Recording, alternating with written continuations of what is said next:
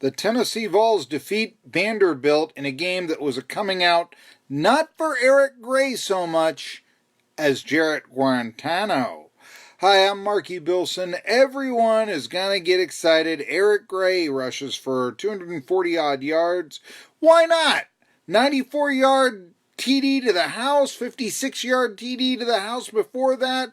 Coming out game for Eric Gray, a freshman who found his way onto the field despite the presence of established running backs like Chandler and Jordan. That's very impressive, and it bodes well for the future.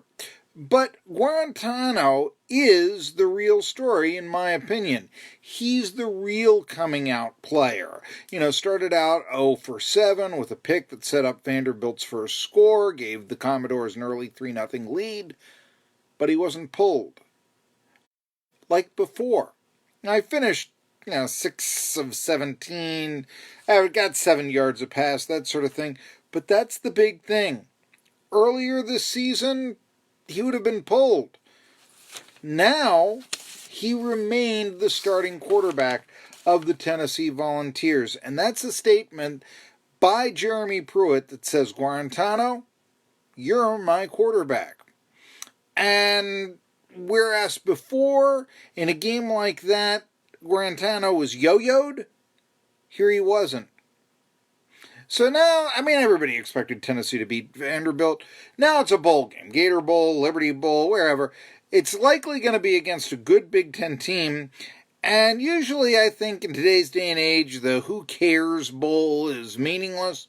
But not for the Tennessee Volunteers this year.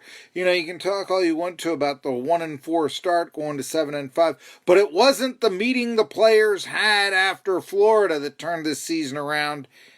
It was a really weak schedule, which is something that over the years has been kind of commonplace for Tennessee to play.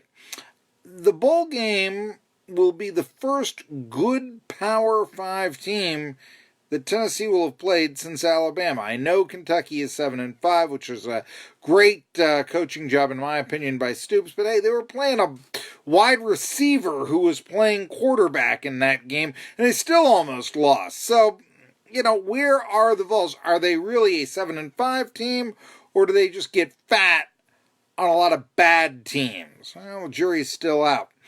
Going to be a lot of big-time departures for this team. All the receivers except Josh Palmer, Batuli, Warrior, So there'll be some big-time shoes to fill for the Tennessee Volunteers.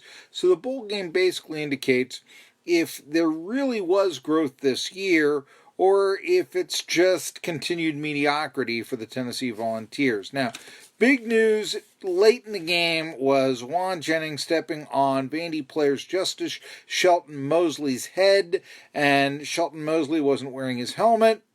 How in the world was there no penalty flag for that skirmish on the sideline, all of that? How was there no ejection of Jennings or Shelton Mosley? How did it just, okay, we'll have a little bit of a fight here, and this guy will step on his head and all that.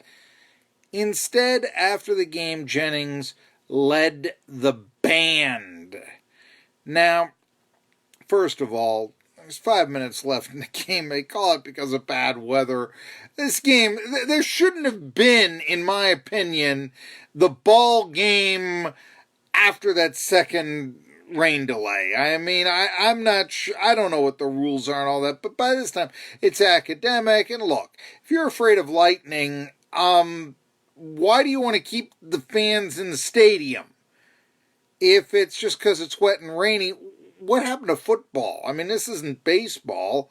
So the game had been decided. If you wanted to kill it with, 5 minutes left, 18-point spread, who's to complain, really, in all this? And that would have prevented the Jennings incident. But the Jennings incident was Albert Haynesworth all over again. He should have gotten kicked out of the game. He should have spent the rest of the game in a locker room, not leading the band. Leading the band after that is just a horrible look for the program. The fans won't call him out on it, but here's the deal. It looks like the program where the coach wondered what the big deal was when one of his players was getting arrested, and who reinstated Bryce Thompson. And then, 3 minutes after Jennings is stepping on another player's head, he's leading the band. Just a horrible look. Are the Tennessee Volunteers coming back, or are they frauds? Well, we'll know more in about a month.